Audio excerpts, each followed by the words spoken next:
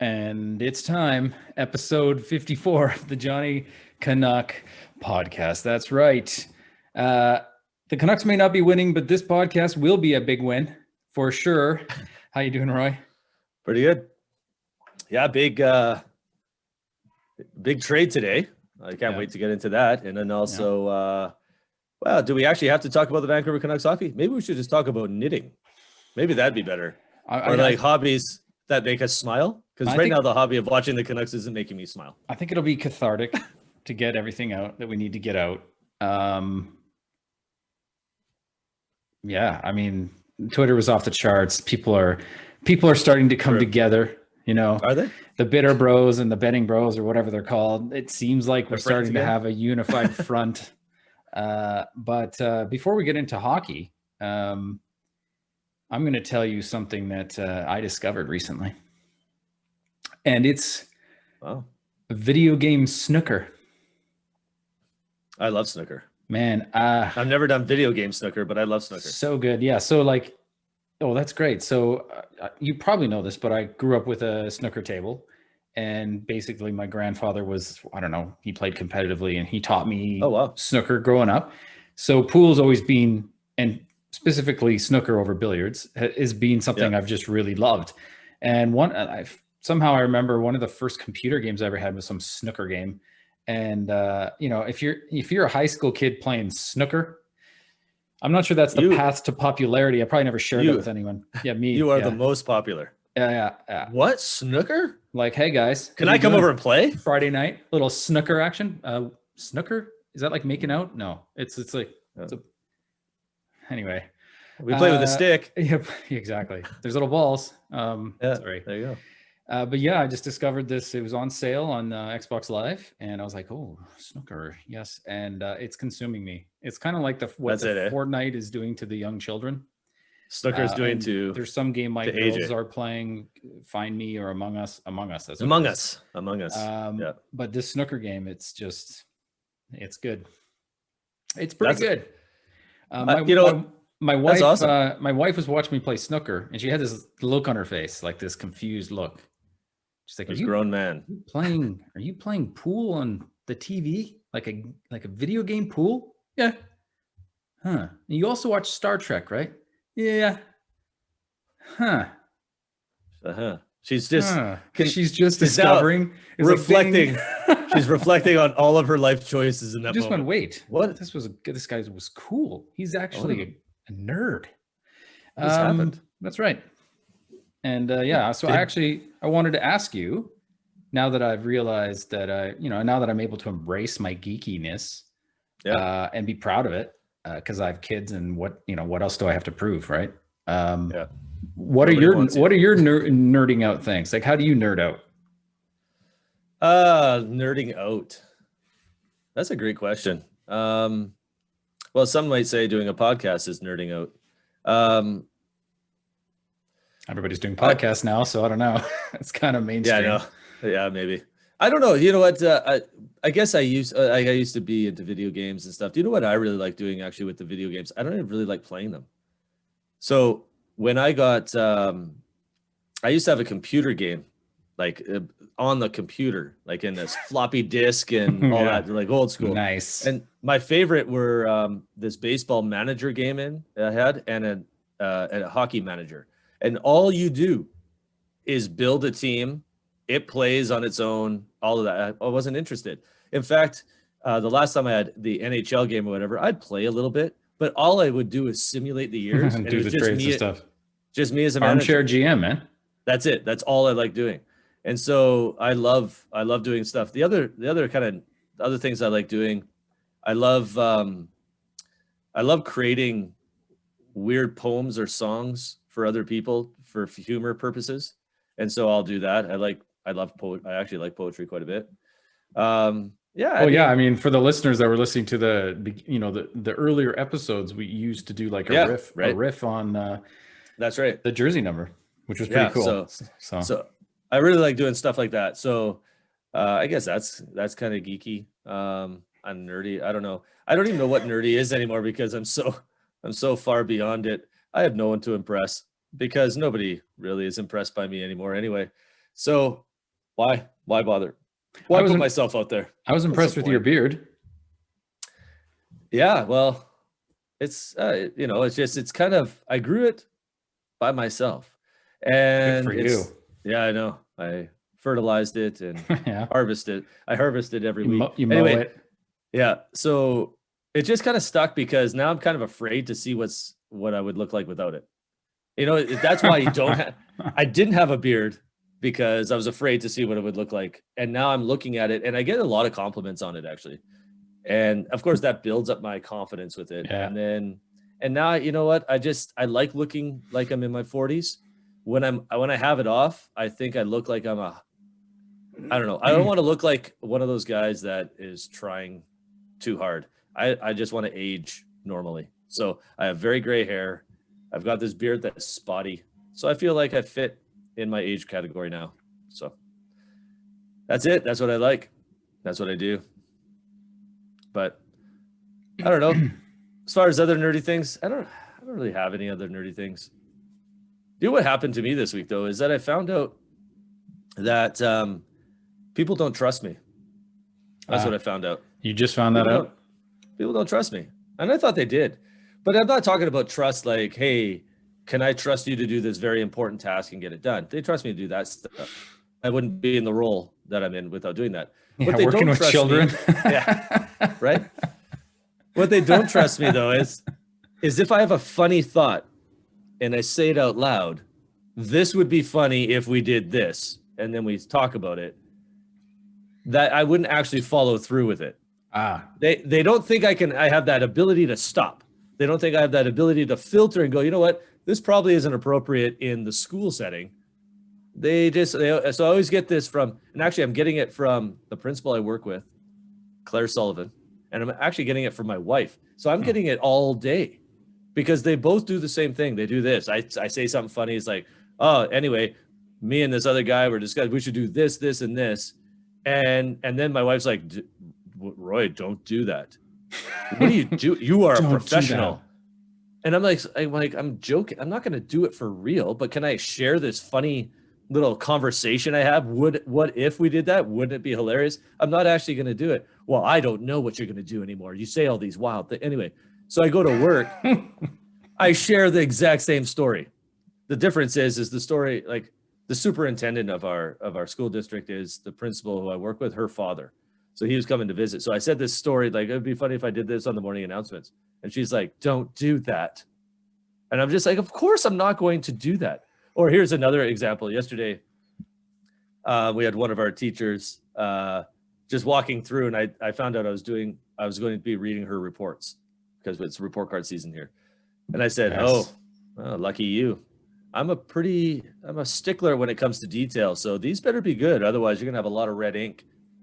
And she goes, what? And then Claire, our principal, is like, Roy, she does very good report cards. How dare you? And I'm just like, whoa, I am joking, man. Like, I'm not here as if I would say that out loud. Would I say that out loud to a person with intent to hurt their feelings? You better be good. 2021, people are sensitive. Anyway. People are very sensitive. So I talked to my wife last night, and she's like, well, maybe there's a sign. Maybe you should change. And I'm like, yeah, They have to adapt around me. This is who I am. I talk about stuff. I don't always follow through. I guess what the problem is they don't trust, is that 95% of the time, I'm completely joking and won't follow through. Mm. But it's that 5%. Yeah, it's that 5% that you don't know. Yeah. I might follow through, and you're going to feel like crap. And I'm not. So that's what they're worried about. I mean, anyway. maybe your ideas are getting more extreme as well. You know, like it could be, you know, you're driving with your family and everybody's smiling. You're like, hey, what if I just suddenly, you know, drove into the incoming traffic? Well, I'm not, nothing is going to hurt anybody. Or you're on the bridge and the GPS says, turn right now. Like, what if we did? Right? Don't do on the that, announcements. Roy, don't do that. On the announcements, I'm not going to go, you know, to celebrate, you know, Hundreds Day. Let's go streaking. What if I did that? Don't do it. And then I'm just naked running through the hallways. That'd be weird. I wouldn't do that. I might get fired. Yeah, I probably would even joke about it. Actually, I don't even think it's that funny. But you know what I mean? I can't think of anything right now. But I'm not going to do it. But anyway, So I think Mhm. the trust factor is has been the needle has been going down or whatever way. Anyway, the wrong way. It's decreasing. I don't know if it has to be a gauge like this. It could be like one of these, like a Oh, like yeah. a bar, like a bar or graph. column graph. Like that. So like it depletes down, Yeah. as There's my opposed to trust. like a pressure gauge, which goes right and left.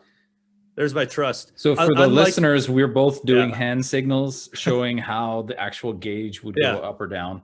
My hand is by my mouth, showing that there's a lack of trust in my building for Not a lot. my It's not a my lot there. following. There's not a lot there. Very little space. However, blood pressure for a Canucks fan is probably higher. I think I'm drowning. Actually, It's pretty high. I'm drowning in the red. It's So- pretty high. Yeah. Before we get into all that, though, it's episode 54, Roy. That's right. Aaron Volpatti And- edition. Yes. Really? Yes. I got one. Aaron Volpatti. I got it. I got one. Yeah, he's How about one of two players to wear this that? jersey. Hey, Can you name the other one? Lonnie Bahanis. No, actually, it was an anniversary of this person's first game, and he lasted all of 7 seconds because he got into a giant line brawl. Oh, against Calgary 7 years ago. Yeah. Kane, Kellen Lane. Kellen Lane. Yes, nice. So that's the Aaron. Oh wow. Okay. So Kellen Lane played 9 games, 1 goal, Yeah. 21 minutes in penalties, I think all on that one day. And no, they weren't all on that one day, but most of them were. So anyway, that's it. That's all about Kellen Lane. He's not our guy. He's not the best to wear 54. That goes to our friend Aaron Volpatti, who played for the Canucks for 3 years, 54 Yep. games, 3 goals, 1 assist, -3, Lots of penalty 81 minutes. points, 81 81 penalty minutes. penalty minutes. Yeah. Yeah. Anyway, Aaron Volpatti. Yeah. So he was in the penalty box a lot. Like he definitely averaged a minute per game he played each year. So Mhm. anyway, Aaron Volpatti is unfortunately, Aaron Volpatti is the greatest Canuck to wear this number, basically because only 2 guys did and 1 guy didn't really. He has one of those one punch knockout fights that you can see on YouTube if you look up hockey fights. He's in one of those just one punch. I can't remember who one punched or he got one punch. No, he one punched somebody, and it was somebody really tough too. He was a pretty courageous little. Well, yeah, I mean, relatively little. He wasn't a huge guy, but he was a pretty brave dude. Like I mean, he was solid though. Well, He's 6 feet 215. So that's okay. So that's pretty thick. Yeah. He's a big guy. Like I mean, height wise, he wasn't tall, but he was a big dude. You That's didn't like want to Jake mess with him. size. Yeah. Sorry, I should say 183 centimeters and 97 kilograms. There we for go. Now those- we're talking. For those German listeners, Now we're talking metric Yeah. style. there you go. I'm Awesome. doing a little dance now. Metric style. That's Good. like Gangnam style. Oh, basically. thanks for explaining it. I'm glad Yeah, you explained that. I'm just the cultural reference. I wasn't sure if where No. you guys are in North America, because Yeah. right now that's big over here, and so is this the dab. Are you serious? No, but I still Oh. do it a lot. I in knew the you high guys were- school, just I knew you 'cause the guys were kids go, behind. "Oh, I knew you were behind, but I just didn't know a how little bit far behind." It's the 80s over here right now. So Miami Vice loafers Yeah. and Woo-hoo. like fishnet shirts in style, baby. Yeah, I can't wait till Technotronic hits your airwaves Let's go. in the early 90s. I don't know where we start, where we try to unpack everything that's happened. I mean, the tweets. Why don't we talk about the trade first? Let's just get the trade out of the way. Yeah, okay, that's a good start. let's I mean, talk there's not much about- to say as a Canuck fan, but this does impact us. So, the It does. Winnipeg Jets in our division, it's to me, it's huge for Vancouver because Patrick Laine ate us up. Yeah. Let's be honest. He had 5 goals in 1 game. Vancouver struggled against him. His size, there was a his Safeway shot. winner there for Winnipeg. Yeah. Yeah, and so and it didn't matter who was in net. Actually, I would say the happiest person in all of hockey has to be Jacob Markstrom, even though he's on the Flames now, because Patrick Laine, even against Calgary in the first game, lit him up again. He loves playing against Jacob Markstrom because, well, Markstrom goes down pretty early in the butterfly and he just snaps it. His shot's so heavy and hard. he just snaps it upstairs, and Markstrom can't react. Neither can most goalies, though, when he gets that time and space. So with Laine going to Columbus with Jack Roslovic. Jack Roslovic is the player that I know there's two superstars, but I really like Jack Roslovic. I think he has a lot more to offer. Winnipeg didn't have a spot for him. So it's three disgruntled players, all asking for a trade, are all involved in a trade. I got to find the tweet. It's really funny. So here we go. This is from Anthrax Jones. Dubois for Laine will be the funniest outcome for two guys who wanted the hell out of Ohio and Manitoba and end up getting traded to Canadian Ohio and American Manitoba. Yes. That's right. I can't stand it here in Columbus. I want to go to Winnipeg. Hey, nothing against Winnipeg, but cold. It's cold, especially right now. Yeah, and would you rather be in Winnipeg or would you rather be playing for John Tortorella? Winnipeg. Hands down. I wouldn't want to play for John Tortorella. Marian Gaborik came out and he had some things to say, but now Marian Gaborik, love him or like him or love him or leave him. I don't really care what your feelings on Gaborik are. Did not fit, and at the time he was actually a high octane kind of high offensive player. Just doesn't fit. Tortorella has high expectations for all players on his team. We saw it here in Vancouver. That defensive system, if you're not doing it, he has probably very choice words for you. Dubois did not fit in. And the one thing he can't handle is you bailing on your team. He can't handle it. Torts is more old school that way. You play until we say you don't play. You prove that you belong on this team.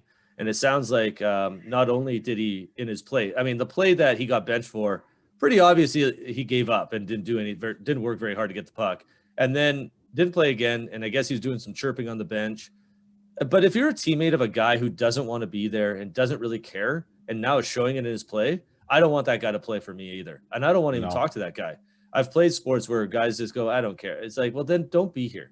I care. I mean, rec sports is totally different, but you're being paid money to be here. You're being paid $5 million a year, by the way, to be here, to play hard. I get it. You don't like Columbus. You want to go to a better city, whatever. Still work your butt off. It doesn't matter. Or if you're going to request a trade, just do everybody a favor and stay away. Don't be that guy. Laine, on the other hand, same situation. But what's the difference between the two? Laine, I think, really likes playing hockey. He showed up every day. He had 2 goals the first game. He's on that second line. But you know what? There's probably behind-the-scenes stuff we don't know with Laine. Probably not getting along with teammates.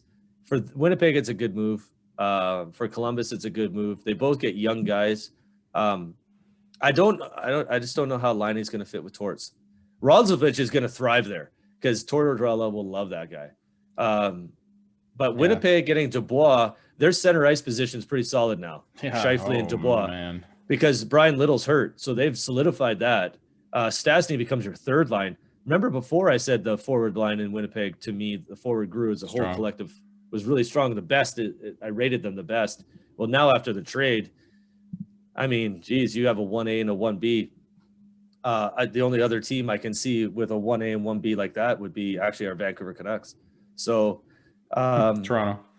Well, Edmonton, I guess, with Draisaitl, McDavid's number 1 with your centerman, right? Toronto, Thornton's hurt now. Like Matthews is a winger. So who? Marner and Tavares, I guess. Yeah, they'd probably be ahead of Vancouver too. Just because Pettersson's, well, he's not Pettersson right now, so we'll see. But Bo Horvat right now has been playing amazing. But anyway, it doesn't matter. The Winnipeg trade, back and forth, I think it's good for both guys. It's good for both organizations to move on. It was the only really trade that made sense, to be honest. I know Calgary and Montreal were throwing their hats in the ring, but unless you're giving up a Monahan or a Gaudreau, and Montreal would have to give up a Suzuki or a Kotkaniemi, along with other stuff, didn't make sense. Yeah. How do you think John Tortorella would feel about the way the Canucks have been playing? So since we had our podcast last, you might have to remind me, was that just after the Canucks had lost against the Oilers? Is that the last we hadn't? Yeah, so we were about to play Calgary for the second time because Calgary was on the Monday, I believe. Our podcast was on a Saturday or was on the Sunday because we'd done the Flames game. So our podcast was last Sunday.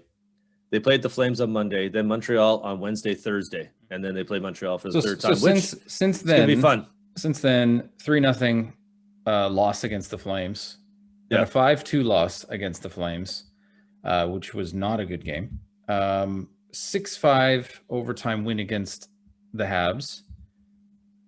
Oh, wait. Yeah. Missed a game. Well, it's the second Habs game. You added the first Calgary game, which we already talked about that one, the Jacob Markstrom shutout. And then they lost 5-2 against Calgary. They lost 6-5, or they won 6-5 in a shootout. Yep. And then 7-3 on Thursday. Yeah. Yeah. I mean, how do you feel so far about the season so far? We're 6 games in, which is like 11 games if you prorate the season. Where do you think 56 out of 82? We're only playing 56, I know, but it's an 82 game season. I wouldn't prorated an extra 5 games necessarily. I think it is. I think we're 10%. Okay. No, I think it's about 8 games, isn't it? Okay. Well, let's spend some time doing the math while we do the podcast here. Anyway, it's close to 10, 11 games is where we're basically. It's close. Yeah. And in that, we talked about this on our last podcast. I don't get into panic mode until like Elliot Friedman used to always talk about that 20 game mark out of an 82 game season, which is about a quarter of the season actually. Mm-hmm. So let's wait till a quarter of the season. So we're looking at about 12, in between 12, 15 games. That's when you start going, okay, well, where are we and what are we doing here? I think Canuck Twitter and Canuck fans have, and rightfully so. I'm not upset with people panicking, and I'm not panicking. I'm not upset with people that are, though, because we just saw this team play in the playoffs. They aren't much different, and I know that 3 players have left, and I said last episode, I'm tired of talking about these players. They're not the reason that the Canucks aren't doing well. One guy is a reason why we're seeing a lot more holes, and that's Jacob Markstrom, because Markstrom was able to hide a lot of those. But Tanev and Toffoli, if they were on the team this year without Jacob Markstrom, it'd be the same thing. Who knows? With Jacob Markstrom, it still might be the same thing, because the Canucks defense is so horrific. And I'm not talking just the defensemen. I mean, their defensive system. Mm-hmm. They are, and you know what? I don't even know if this is a Travis Green fault. I think it's just the players are not thinking. It is partly Travis. There's a lot of Travis Green, but the players, do you see some of the plays that's being done? Hamonic skating across the ice because Hughes got hit. So what? That led to a breakaway goal by Toffoli. And then he ends up getting hurt in the game and he's gone. Tyler Myers, another breakaway goal. For some reason, made a headman pass and then rushed through. Ended up by the net. Miller was the last guy. He looks over. You see Miller look, and then he's skating back because he's going, I can't believe Myers is up by the other team's red line, or like on the goal line. But I don't understand these mental blocks. The penalties is atrocious. They've given up more penalties or taken more penalties than any other team. But the one thing, Brandon Sutter said something at the end of the last game, and it got misconstrued because of how he said, but he talked about creating turnovers and that they're not doing it. He wasn't talking about Canuck turnovers. They're doing a lot of those. But he wasn't talking about their ability to generate turnovers. They aren't doing it. The forecheck is weak. And so, yes, we look at those players again who are eating into our cap space. I totally understand. But how the things that I have noticed the most, number one, people pinching or out of position multiple times in a game that lead to high scoring chances. I don't understand it because that's basic hockey. That's not even a defensive system. Travis Green doesn't have a defensive system where Tyler Myers or Hamonic skates literally across the width of the ice away from his spot to talk to a guy because he hits one of our players. Like, the Canucks aren't built that way, number one. And then to go do that is just dumb because now you've left a huge gap. And obviously the communication on the ice is terrible. The other thing I've noticed actually that isn't talked about that much is the passing. Canucks passing is terrible. Have you seen a team pass as badly as Vancouver? There's been a lot of opportunity for us to get breakaways or one-time shots, and we're just off by that much. And you're just like, God, the outletting passing by some of these players, just like, where are you? Just pass it. I mean, yeah, the passing's been terrible. The playmaking, the stick handling, positioning is just out of control. I don't think we've seen. I've seen far better defensive team systems in a very selfish game of drop-in. Like shinny hockey, Yeah. men's league. Much better defensive systems there. Really, like, obviously, Not as many breakaways. Travis Green was. He's quick to defend his goaltending. Like he said, I'm not worried about the goaltending. We've got good goalies. I would agree. They've got good goalies. Okay. Calgary has an elite goaltender. And something that Vancouver had last year, something that and we talked about this endlessly last year and warned about it, but we were also having a successful season. So everybody kind of just sort of ignored it, even though there were warning signs. And, like Jay Patton-Durant's, I would point to Harman Dial, I would point to, all sort of made, anecdotal kind of remarks towards 40 shots a game. That's not okay. High risk chances. Not okay. All these things that were there and were glaring, but I include Jim Benning, I include Travis Green, I include everybody. We're able to forgive and forget because we were having success. Quinn Hughes looked great. Pettersson looked great. And yes, we lost players, but that elite goaltending that basically covered up so much of the problems is one major issue. But I see something that Travis Green mentioned, something that I'm trying to think if it was JT Miller or if it was Nate Schmidt that mentioned, I can't remember, but I see a bunch of young players that had a bit of success and came into this season with their noses up in the air a bit, maybe a little bit too much cockiness, maybe a little bit too much swagger, and basically forgot how to win games. That's exactly what Travis said. Like you forget that these games are hard to win.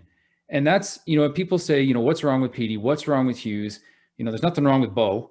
What's wrong with, this guy and that guy? To me, that's what it absolutely looks like. It looks like a team that just got a little bit too full of themselves, thought this was going to be a cakewalk. And I don't know, man, I'm watching all these other games, and the Oilers Leafs game looked like a playoff game.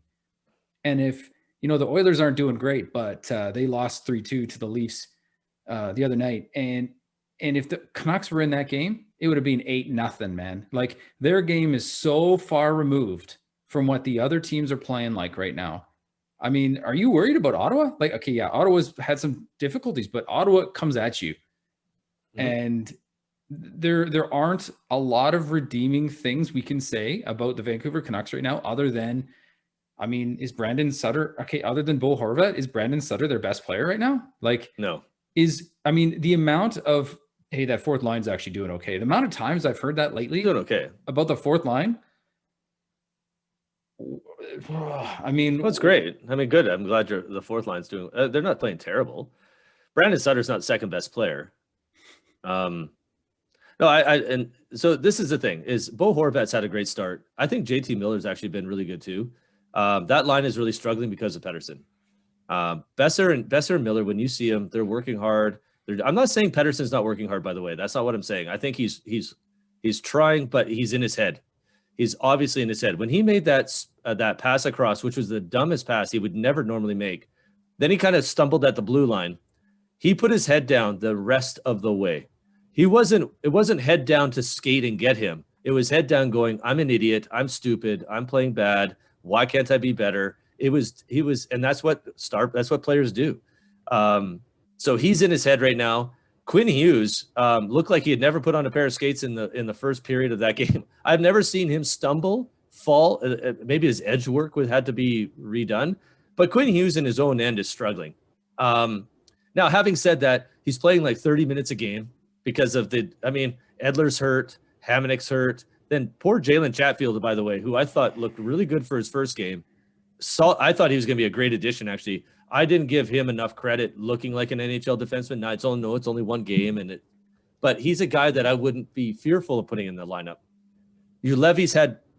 He's been okay at sometimes. Rafferty looked way out of his league in the first period. He kind of settled down after that, but that was in his head for the whole game. He knew he made a mistake, and he knew he was going to play a lot. He knew he was going down. And so when these young guys, hopefully there's not a culture that if you mess up, that's it. What really got me in that Montreal game, out of the 7 goals that were scored.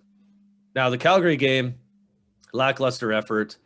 The second Montreal game, the power play looked great. Notice we haven't talked about the power play. I was never worried about the power play. They were 0-10 to start last year. They were 0-12 or something to start this year. Then they go, it's looked good. They've moved the puck well. They weren't getting pucks to the net. And now they are. And look what's happening. They have too many good players on that power play to not be successful. Sure, fine. So it's looked okay. The penalty killing is still atrocious. Yeah, but terrible. It was that Josh Anderson goal. So Quinn Hughes busts his butt back, gets back, kind of alters the shot. Demko makes a great save. It was another breakaway. Yeah.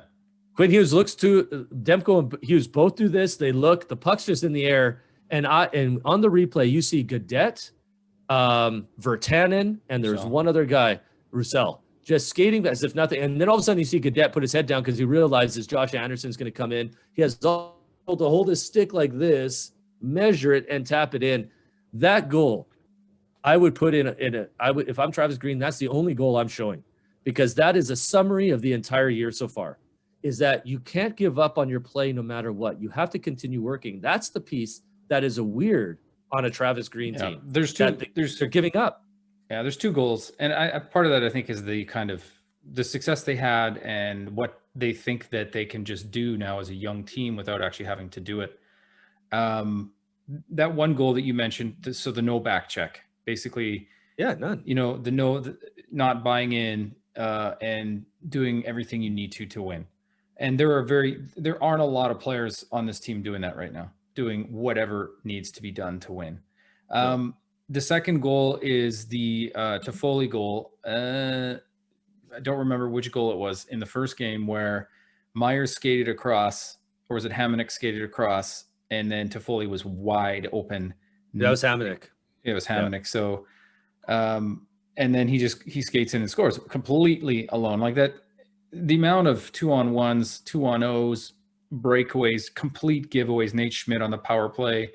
Pettersson did the exact same thing. It's disturbing, the defensive play. The amount of forwards cheating out of the zone. It's like, we're all going to do it on our own. And this is an offensive juggernaut and we don't need to worry about defense and our goalie's going to bail us out kind of attitude. When you've got a team that is leaning on Quinn Hughes, who is, I would say, an above average defender in his own zone as far as defending without the puck. With the puck, he's magic, okay? He's elite when he has the puck. He gets it out 9 out of 10 times, or even 9.9 out of 10 times, if that's even an appropriate fraction to use.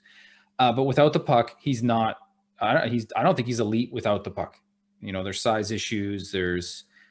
When you have a guy like young. Tyler Myers, he's young and he's being leaned on. Now the team is leaning on their $6 million UFA signing, Tyler Myers, who. Let me just defend Tyler Myers for a sec. He is doing everything he possibly can. He is the try-hard guy right now in my mind. Yeah, dumb hit. Yeah, skating across the ice. But he is trying to do everything humanly possible to fill in for the missing defenseman. He's trying to skate the puck out. He's clearing the front of the net and getting penalties. He's playing tough. He downloaded the Pronger video and watched that. He took revenge on Armia in the end of that last game in that embarrassing loss. Dumb, boneheaded move. Whether it was deemed a good hit or not, it was not a good hit in my mind as far as doing it. I mean, fine, it's not illegal apparently, but really, like, it's 7-3 and you're going to put a guy out, basically. Not very cool. So everybody that's kind of getting at Myers, I would defend Tyler Myers. And he's going to have to answer the bell tonight. It'll be interesting. He's going to have to. If he doesn't answer the bell, then who does it? He has to. Who does it for Montreal? Who does it for Montreal? Shea Weber, maybe. He's not a fighter though. Corey Perry's going to be in the lineup. All I know that's my worry. That's my worry. All I know, if I'm coaching, I have Tyler Myers out there the first shift. Yeah, and I would just because you do not want Quinn Hughes. You do not want Petey. You do not want Höglander to be targeted. in that game. You know, and you need to get it out. You need to get it done, and you just hope. Yeah, I would start the third line myself.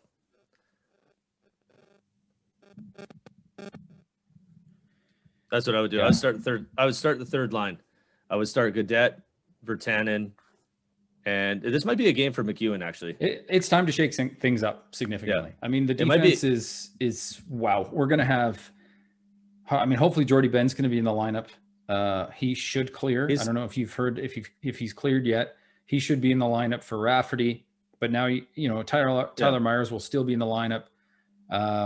So that'll be the only change. You'll still have Hugh Levy in the lineup as well. Yeah, I see and I know Tyler Myers has to answer to the bell. The terrible outcome of that is that Vancouver will be down a defenseman for 5 minutes, and they already like they've been playing with 5 defensemen for the last 2 games because of the Hamonic and the Chatfield injuries. So Edler, yeah. You know, and Edler as well. So I mean, the Edler injury happened at the end of the game, I think, it was after the first period, wasn't it? Yeah. And then Hamonic went down after the second, I think. So they're down 2 defensemen for the third. So you know, that was the fact that they won that shootout game was good. And you know, I'm just looking at the stats, and I know they don't tell the whole story, but like Miller's gotten points. He's really helped the power play. But you can also tell, and I'll eat my words a little bit, actually, outside of the power play, though, Miller hasn't been much of a factor. That line really hasn't outside of the power play. And when you look at it, like Miller and Pettersson are at the bottom when it comes to Corsi. Miller's like a 37 right now. But then I was thinking, like, why? Because that's not Miller-esque. And it's not like Miller's slumping. He's played 3 games, but I forget that he didn't practice because of him not being allowed to. It wasn't that he wasn't healthy. He just wasn't. He practiced for a couple, and then he was kind of banished. That was because of the COVID thing. So that's going to play a factor into him getting back. They don't have practice time. So he's going to have to figure this stuff out. He's a veteran. Hopefully he does.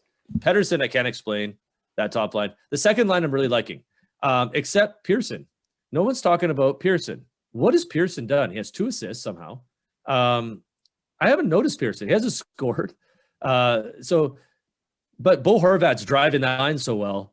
And obviously power plays for Bo Horvat too, but Bo Horvat's faceoffs are at 62%. Like, you know, I remember, and maybe this is just me kicking a guy while he's down, but I remember a certain person on our podcast saying that Pettersson should be the captain and not Bo Horvat.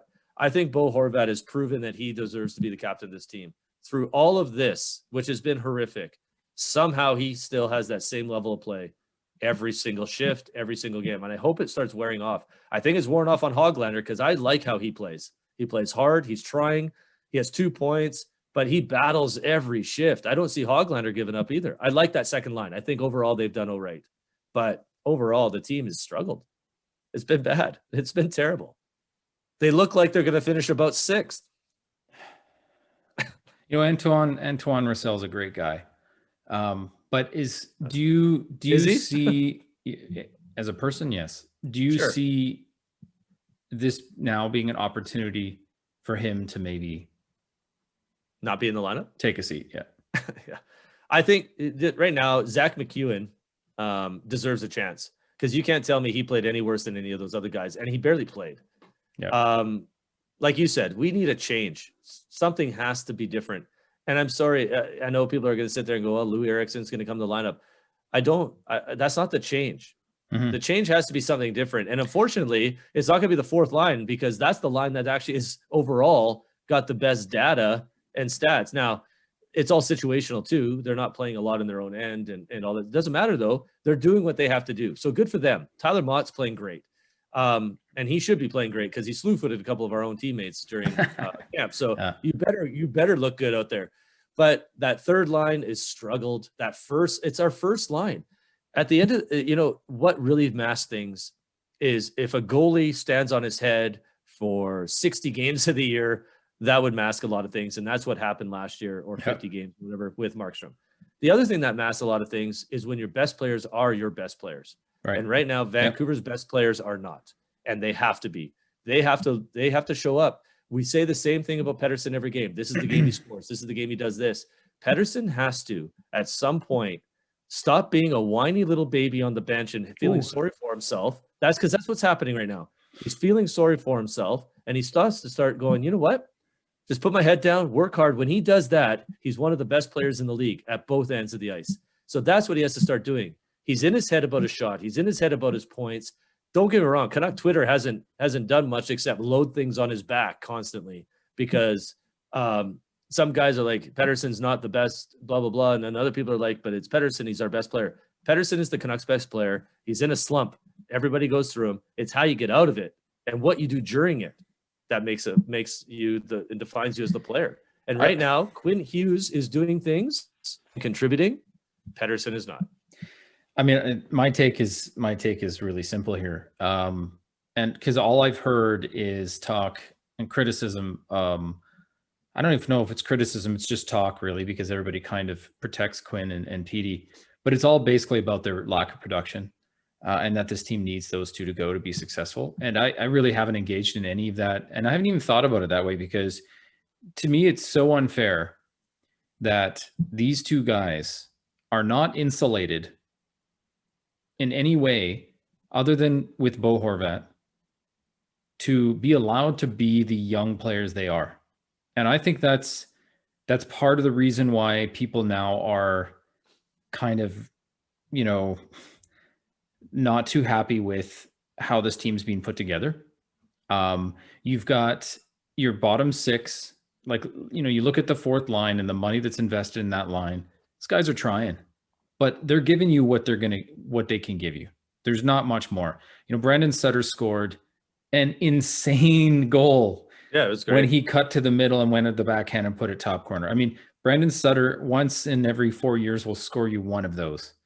But you can't count on that. You're not going to count on Jay Beagle to have any puck possession, to catch anybody. I mean, he'll block shots and win faceoffs. The third line looks really lost.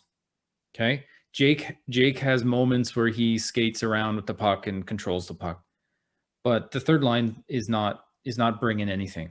So you've got Gaudette had a great first period in that first Montreal game, where he had like 4 or 5 shots on net. Okay, and all those scores, the Calgary game when they lost 5-2. Markstrom stoned him like 5 times. That's the only period he's had, though. Bottom line, the Canucks lead almost all stats in the NHL defensively as the worst team in the league.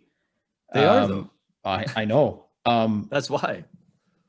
And the really difficult thing, and we talked about this off air about whether we were going to throw people under the bus, whether it be management or the coaches. And we kind of both sort of talked about, accountability from the player side.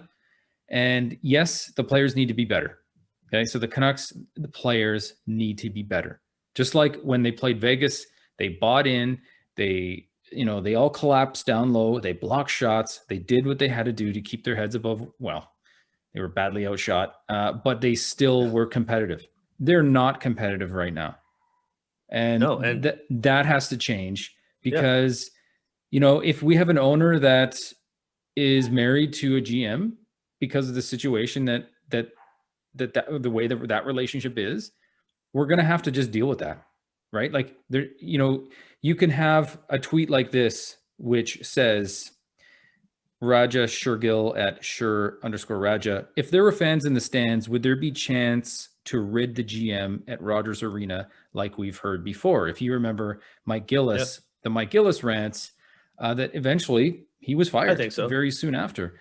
I think so. I think so, but it's a different year. And so we have to remember, if Benning is fired now, that doesn't change how bad the team is. It doesn't. Because the GM can't really, other than the trade you saw today, which is, by the way, each player has to quarantine for 14 days before joining the team. Right. So they can't even play for the next 2 weeks. How many games are in 2 weeks? Like, it's a pretty significant trade to do, 7 knowing games, the cost. Yeah. 6 or 7 games. Yeah. So the GM role this year is basically nothing.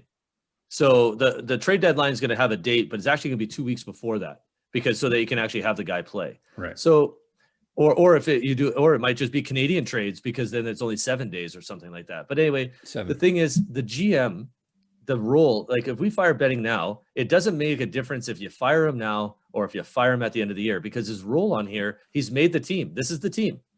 Now, Travis Green's a different story. If you feel like the players are tuned out or you're scared to lose your job, Jim Benning could say, you know what, we're making a change to Travis Green.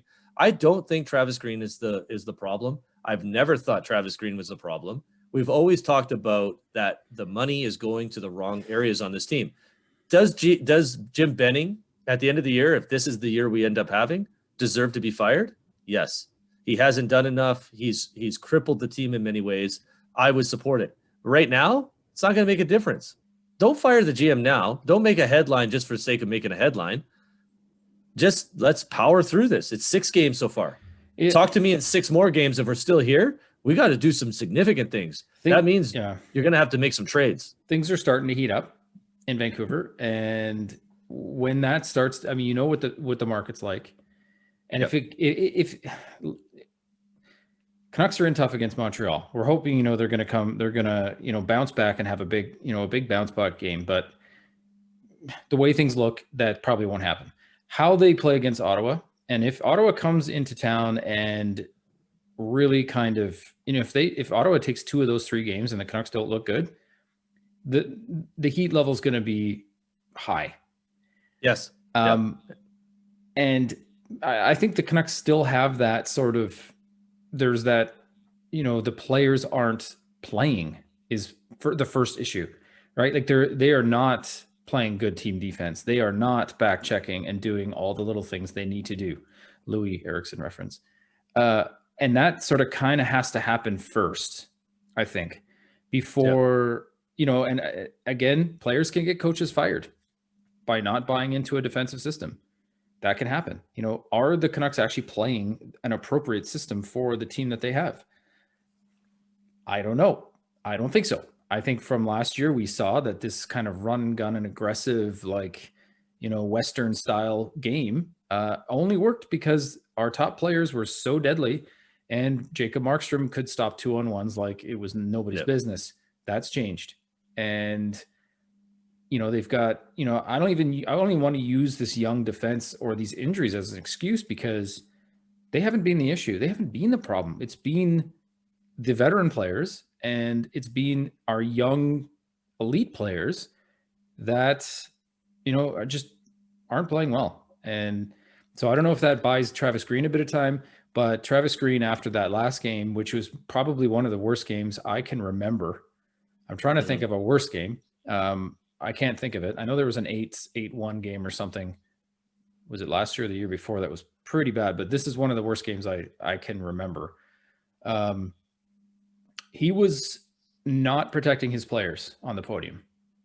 No. He was who do you protect at all? But normally he will. Normally he does. Yep. You could tell he was very frustrated. He said that he was concerned. He said that they were immature. He said that they didn't know how to win. They didn't know what it took to win. And for a guy like Travis Green, who is a player's coach, who defends his guys no matter what, I've always liked one thing that Travis Green. I always like one thing that Travis Green says, or what he said this year anyway, when they talked about the playoff experience and all that stuff. And I love his comment is, every year that you're in the league, it gets harder to win. Mm-hmm. Every year. It doesn't matter what you did in the past. And I know a lot of people said, well, they have this playoff experience. I know we talked about it on here, but at the end of the day, it matters what you do in that moment. Just because you've been to the playoffs doesn't mean it's guaranteed you're going back. The expectations rise. Other players notice you more. So that's what Pettersson's going through right now in his little slump, is that people are targeting him. Why? Well, he is the best. He's the most skillful player on that team. Quinn Hughes is getting bodied away from the puck. And I know Vancouver's trying to do a better job of protecting their young guys on the ice a little bit more. You saw Quinn Hughes when Besser got the hit to the head. Quinn Hughes was the guy that jumped in. When that happened, we didn't really talk about this too much, but when that happened, I was like, is this the moment and the time we have to do it? Or can we start taking numbers and doing it later and not taking ourselves off the power play? Or because not everything has to be done in the moment. If there's a hit like the Armia hit, I say in the moment right now, let's do this. But there's little plays that happen, little shots and cheap shots along in the game. Do the Gordie Howe, man. I'll take your number, but you're not going to want to see me again when I have that number in my head, right? And so I'm not saying that we have to do, I'm not saying we're going to target guys, but Roussel, what the heck are you doing out there if you're not going to be one of those guys? So let's say Nugent Hopkins hits Besser in the head. Besser comes off and goes, yeah, he hit me in the head. What are we going to do about it? He was going to do something about it. But I wouldn't mind a McEwen going, don't worry, I got this. Or a Bo Horvat saying, don't worry, I'll take care of this. You know what I mean? Even Horvat can hold his own. But that's the piece of the team that I feel is missing, that connectiveness that we had in the playoffs. I'm not seeing it. I don't see the camaraderie. I'm not saying they don't like each other as people. I'm just not seeing it as a cohesive unit. Yeah. It's all divisive right now. Like everyone's got their own compartmentalized role. And if one guy doesn't do it right, if one cog in the wheel doesn't do it right, it falls apart. And Travis Green, I was hoping, and we talked about this, hoping, because he even said it, we have to make some significant defensive changes. He didn't make any. And if he did, they don't know what they're doing then. So that's the concerning piece. Is I think Travis Green is a hell of a coach. I really do. I think he's a good players coach. I think he knows the style that he wants to play. Unfortunately, I don't know if he has the players to play the style he needs to play. And because it requires some speed, but it also requires being feisty in your own end and putting people on the boards. I don't think he has the team yet, and I don't think he'll be around to see it if he continues to play the system. If you brought in a coach like what Edmonton did with McClellan, who starts from the goalie out, I think Vancouver's a different team, because there's coaching systems that I hate watching, but they're highly successful. So I won't be surprised after 20 games if we're still like this and we're well out of the playoffs, that Travis Green is given his card to go home. I don't want to see it, because I really think Travis Green could be a really great head coach in this league. And I think he'll go to another team if he gets fired by Vancouver, and he will hurt us. I really do. But I just don't think he has the personnel to run what he needs to run. Crew Frank at Crew Frank tweets this out. Times like these, Van sure could use a little Triamkin. No. Oh, yes. These are the times. He's not coming. Did you read the tweet from his agent? Yeah, I did. That seemed to pour water kind of over any you guys missed it there. Again, you know what? The first thing I thought of was relationships. Yeah. Relationships, communication. Well, this offseason really highlighted it, didn't it? Yeah. The fact that Stetcher wasn't even called or talked to, the fact that he kind of ghosted to Foley a little bit. He ghosted to Foley. But the other Markstrom really thought he was coming back. The other piece too is that this is what I wonder, because what I did notice, and we talked about it off air. What I did notice is they bring in Holtby for 2 years. We knew that was going to be a thing. They got Nate Schmidt. They didn't sign anybody else really. But when you notice, they didn't sign anybody more than 2 years. And I'm just wondering if the owner was like, listen, I don't want to commit long term. We don't know what this NHL is going to look like for the next couple of years because of COVID. But also, I have 2 superstars I need to sign, and I need to figure out where they're going to fit before I want any money around them. Because what he didn't want to do is get into the situation he's in now and pay guys for not playing. Because don't forget, Michael Furlan's not playing either, and that owner is paying him $3.5 million a year. Now I'm sure there's insurance and stuff involved, but my point is he's paid a lot of money for guys not producing or not playing. Ericsson's in the bench for $6 million. This owner does not want to do this anymore. He gave the go ahead, but he also told them to limit spending. So I do think that Benning was a little bit this offseason. He had aspirations to do things. Owner comes in and goes, careful what you're saying, because I'm actually in control of the money and I don't want all these things done unless you can get out of some money. Nobody wanted, but because he signed, Benning's fault, signed all these players to the atrocious contracts, the league's looking at us going, why would we take Brandon Sutter for $4 million, 4.3? I'm not taking Louis for 6. You better be giving us a lot more. And you don't want to put the cupboard bare just to get rid of contract. So if this is true, what you're saying, Francisco Aquilini is actually quite smart. And he may have read these 2 tweets. This one from Canadian Adam at Adam Pied. Benning has $33 million of the Canucks cap space tied up in Ben, Myers, Spooner, Beagle, Sutter, Louis, Berchi, Furland, and Russell. $33 million. 36 if you include Luongo. Yeah, okay. Neutral Dave and Neutral Dave. The if we didn't have all those bad contracts roster. So Miller, P.D. Besser, Hoglander, Horvat, Toffoli, Pearson, Gaudette, Virtanen, Mott, McEwen, Levo, Hughes, Tanev, Edler, Schmidt, Ulevi, Ben, Markstrom, Demko. That lineup costs under 59 million total, with 22.5 million of cap space remaining. Yeah. But we can't go back to 2015 or 14. But that's evidence of performance. That's what that is. Oh, and that's why 100%, people want change. 100%. That's why people 100%. want change. 100%. But we can't say like it's not all those players weren't signed in the same year, and so it overlaps, and so it was a constant overlapping of terrible contracts. We knew the Roussel Beagle contract was terrible when we signed it. You and I had a conversation about that. And it was just like, what happened? Like, it was a year after the fact, but it's like, what are we doing? Why did we sign those guys? Why? And that, I think Linden was a part of that too, wasn't he?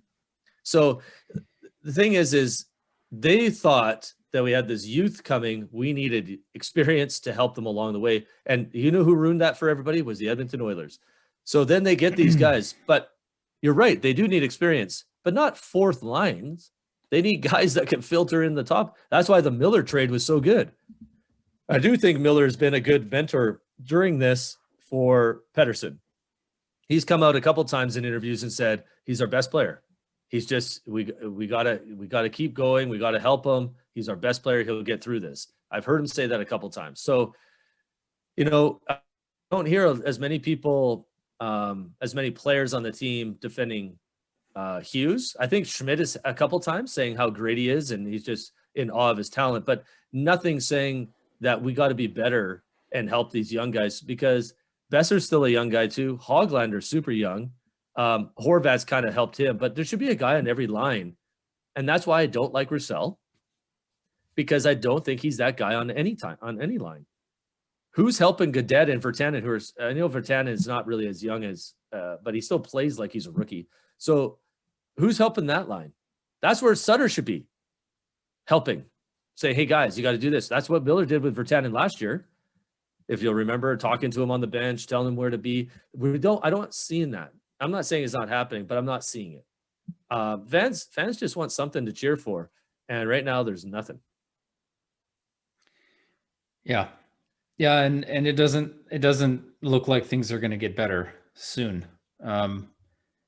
Obviously, bench clearing brawl. Brett, that's it. Gloves off. Everyone's fighting. We're going to get beat up because Montreal's way stronger. But I don't care. Bench clearing brawl. Travis Green goes over, hits Julian right in the face. Torts 7 years ago. Torts that's going to be Green. He's going to say, Julian, you are a bad man, and I'm going to kill you and hurt you. The Canucks don't have that in their game. I know they don't. Definitely not going to happen. So it was wouldn't it shock Montreal though if all of a sudden Vancouver just piles on the ice and starts just throwing down? They won't. Games postponed. I'll be honest. Tyler Myers is 6'8", 240. Who's going to fight him? I mean, who's even supposed to do that in the first place and come out on top? I mean, Corey Perry. I would love to see that. By the way, it could be.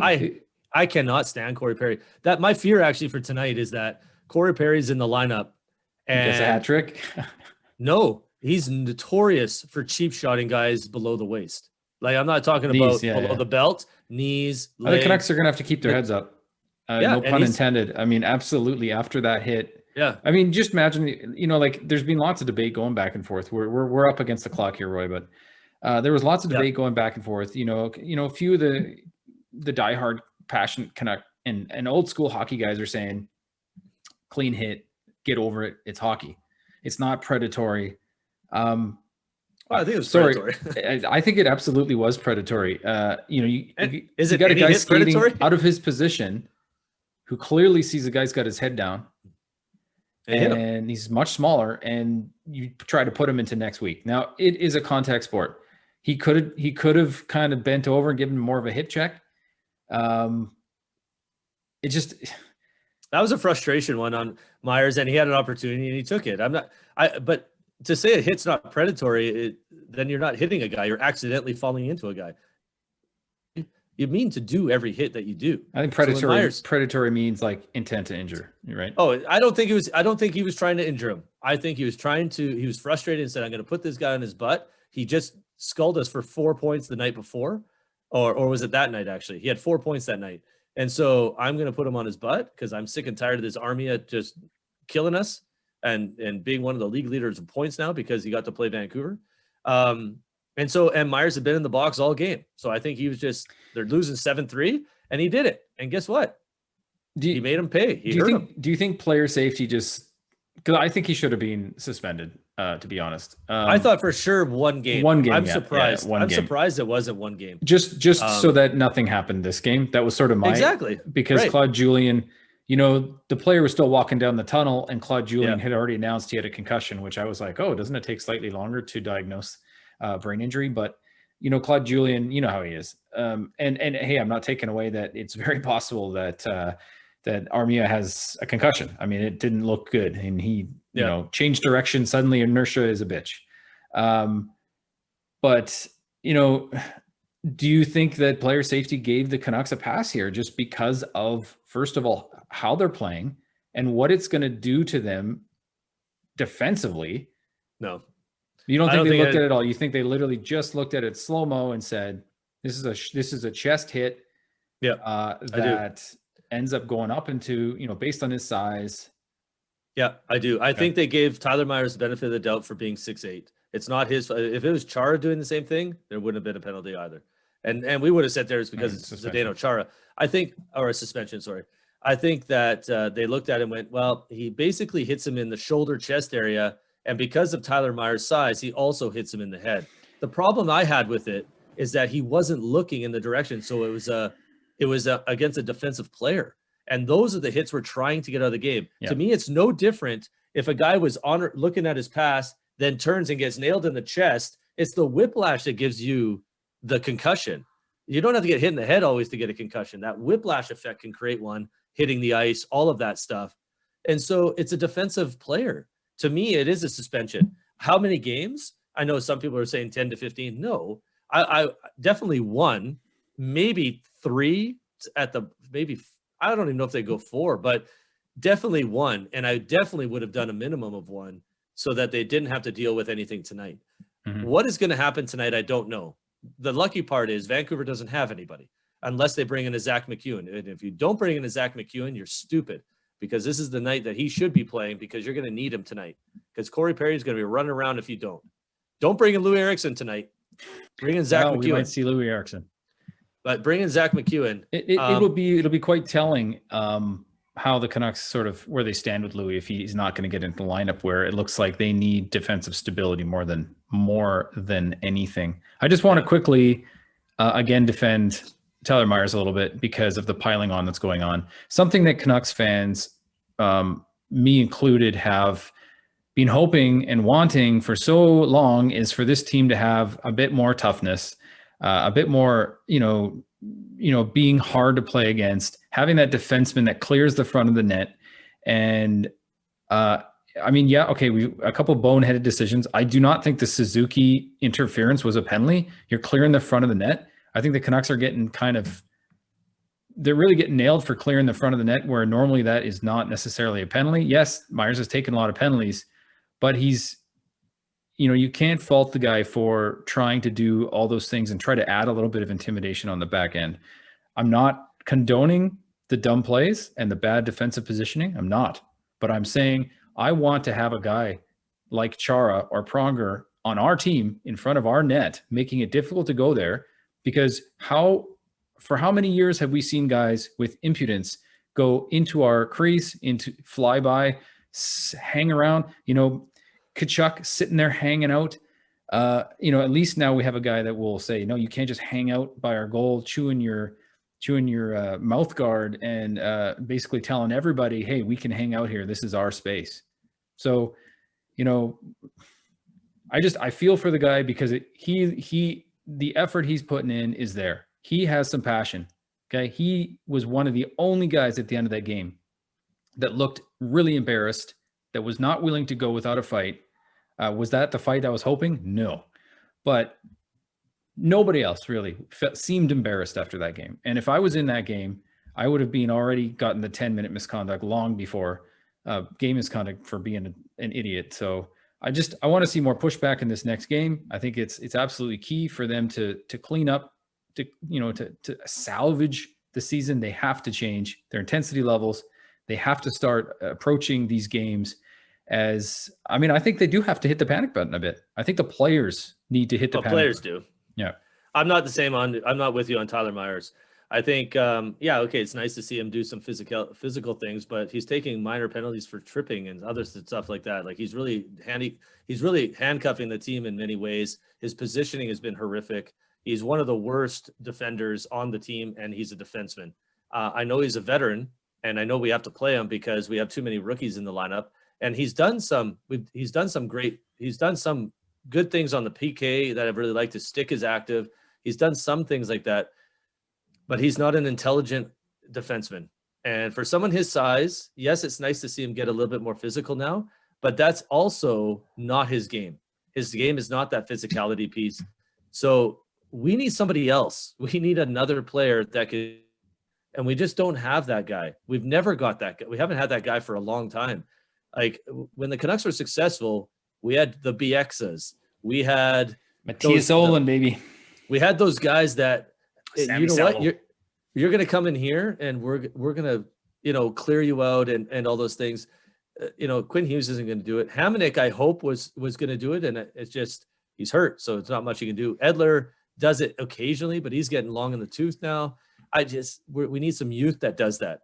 Like that's where I think people are excited for somebody like a Jet Woo, who's years away. He's not going to be here, but somebody who's thick, hard to play against in front of the net. I'm hoping Jordy Ben can come and do some of that, but the Canucks are missing that grit back there. Tyler Myers isn't a gritty player.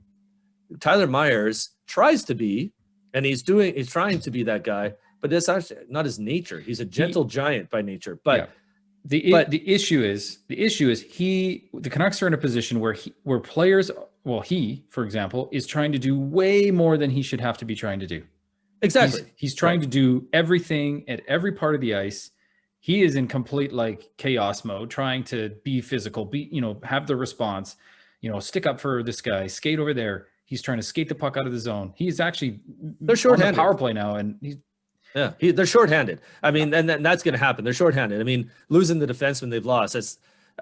Their depth. We talk about depth. Well, if you're going into your 8th and 9th defenseman, maybe even 10th eventually here, no team is 10 deep back there. So you're really testing your depth of your defenseman. The problem is they're already, we would argue 3 deep, maybe 2.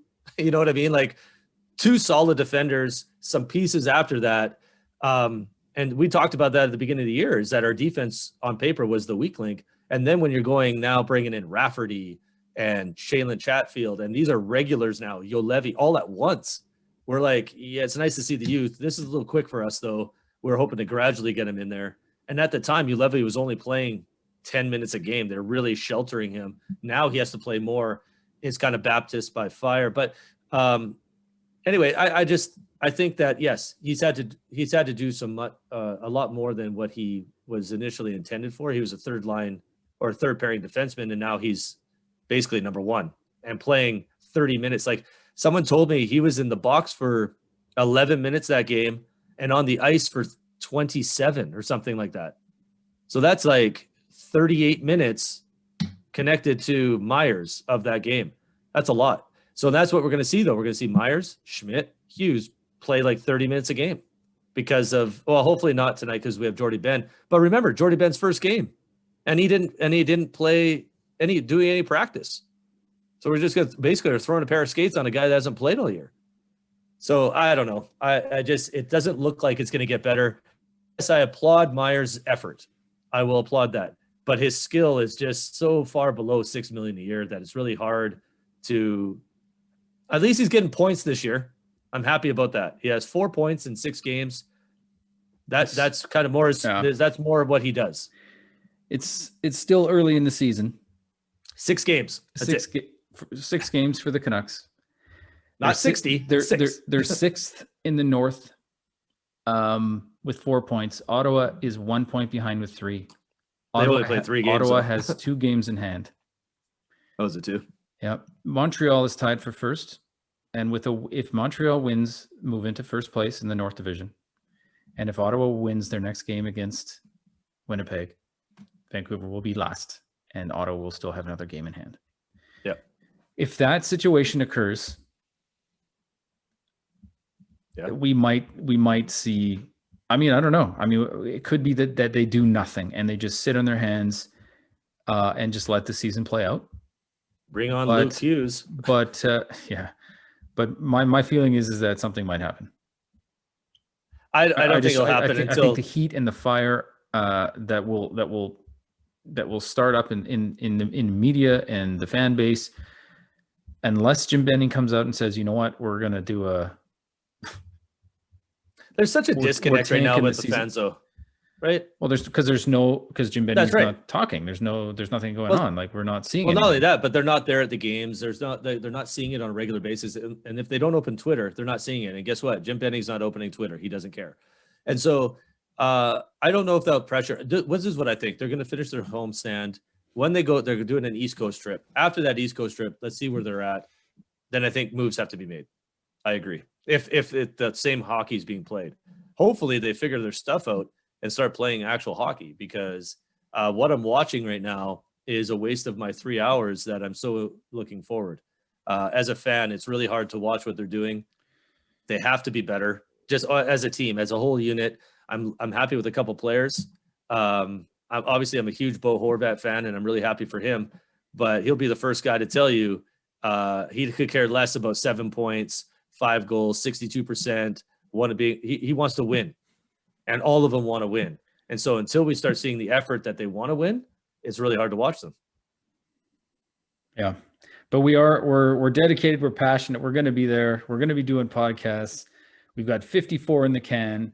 And Roy, if you don't want to waste your 3 hours, just use PVR, because that's what I did for the last game. It was 3-2. It was 3-2 for Montreal, and I tried to fast forward through a commercial, and announced they missed 4 goals. No, but the Habs scored 2 goals in 9 seconds. Oh, right. So I came back from what I thought was a 3-2 commercial break to a 5-2 Montreal lead, and was like, and my wife was sitting there looking and going, "What? That's what happened? Typo. Did you just fast forward like in time?" I'm like, apparently 9 seconds. So luckily I missed those 2 goals. I missed that breakdown. But yeah, I mean, we can just hope that they start to get it together, and I'm sure P will figure it out. And can't get any worse. Well, they're 6th. Could.